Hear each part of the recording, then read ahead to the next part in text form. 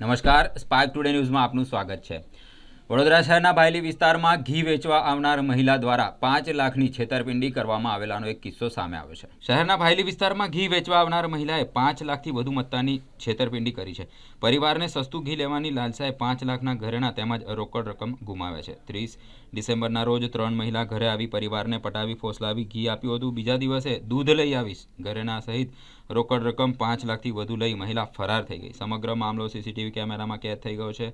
CCTV કેમેરામાં મહિલા દેખાઈ રહી છે। પરિવાર જાતે જ મહિલાને ઘરેણા આપ્યા હતા। પરિવારના આક્ષેપ છે કે મહિલાએ તાંત્રિક વિધિ કરી હોય તેવું તેમને લાગી રહ્યું છે અને તેમના દ્વારા રોકડા રૂપિયા પણ આપવામાં આવ્યા હતા। સમગ્ર મામલે તાલુકા પોલીસ સ્ટેશનમાં પરિવારે ફરિયાદ નોંધાવી છે। મારું નામ હિમેશભાઈ રમણભાઈ મિસ્ત્રી છે।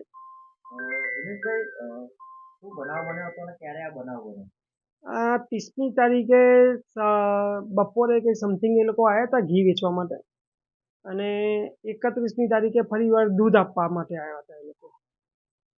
અને કઈ પ્રકારે તમારી પાસે ત્યાં ઘરેણા કઈ રીતે એ લોકો ઘી વેચવા આવ્યા હતા અને ઘી સસ્તા ભાવે આલતા હતા અને 700-800 રૂપિયાનું ઘી એ લોકો 500 રૂપિયા કિલો આલતા હતા અને એ લાલચની અંદર એમને શું કર્યું કંઈ ખબર નહીં પડી, પણ ઘરેણા એમને જે માગ્યું એ બધું અમે આલી દીધું।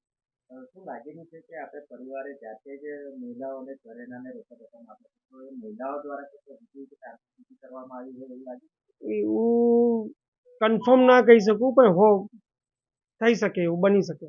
કારણ કે આપણે તો જાતે જ એમને હા ઘરેણાને એવું આપ્યું છે, હા, તો શું અત્યારે માંગ શું છે આપની? બસ અમને પોલીસ ફરિયાદ કરી છે અમે, અને પોલીસ અધિકારી બધા સાથે અમને પૂરો વિશ્વાસ છે કે અમને ન્યાય અપાવશે।